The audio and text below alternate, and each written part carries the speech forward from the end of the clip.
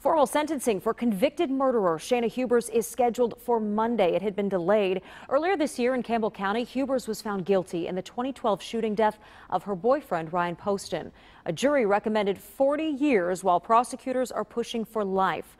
Meanwhile, the defense is already trying to get Hubers out early, arguing that Hubers was the victim of domestic violence before the crime.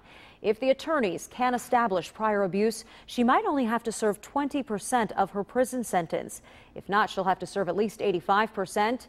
We will be in the courtroom for all of the latest developments starting this week.